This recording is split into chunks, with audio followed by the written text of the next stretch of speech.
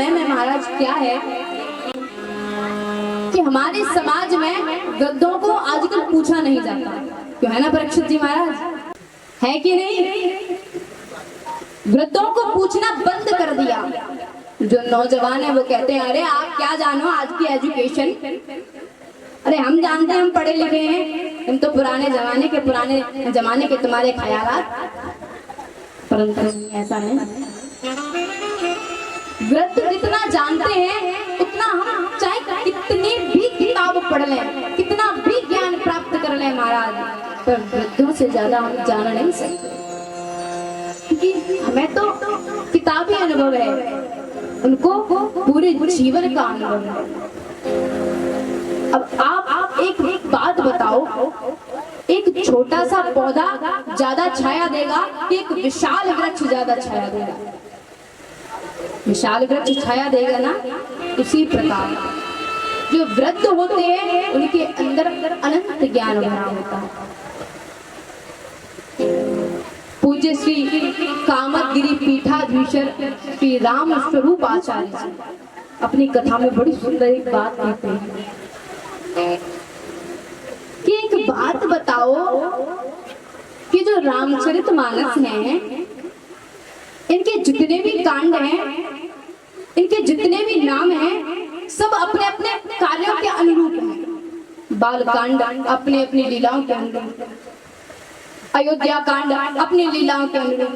पर मेरी एक बात समझ नहीं आई। बोले क्या? ये सुंदर कांड का नाम सुंदर कांड क्यों रख दिया? सुंदर कांड में उसका नाम सुंदर कांड नहीं, विभत्स कांड होना चाहिए था। महाराज इतना बड़ा स्वरूप कर लिया श्री हनुमान जी महाराज ने, समुद्र को लांग गए, लंका को तहस नहस कर दिया, जलाकर राख कर दिया।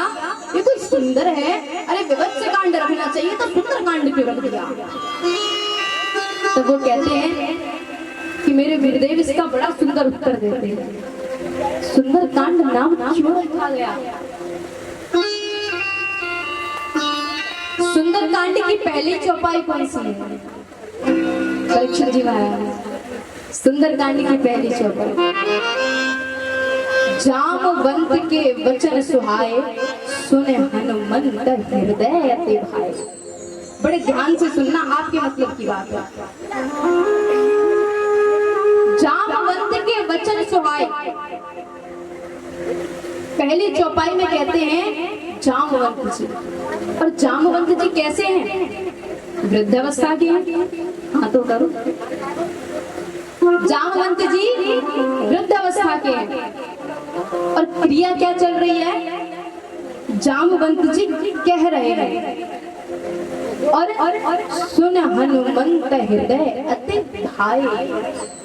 हनुमान जी महाराज कहते हैं अतुलित बलधाम है कि नहीं? नौजवान हनुमान जी महाराज और जामवंत जी वृद्ध। जामवंत जी कह रहे हैं, हनुमान जी महाराज सुन रहे हैं, और जो जामवंत जी कह रहे हैं वो हनुमान जी महाराज के हृदय को बड़े प्रिय लग रहे हैं।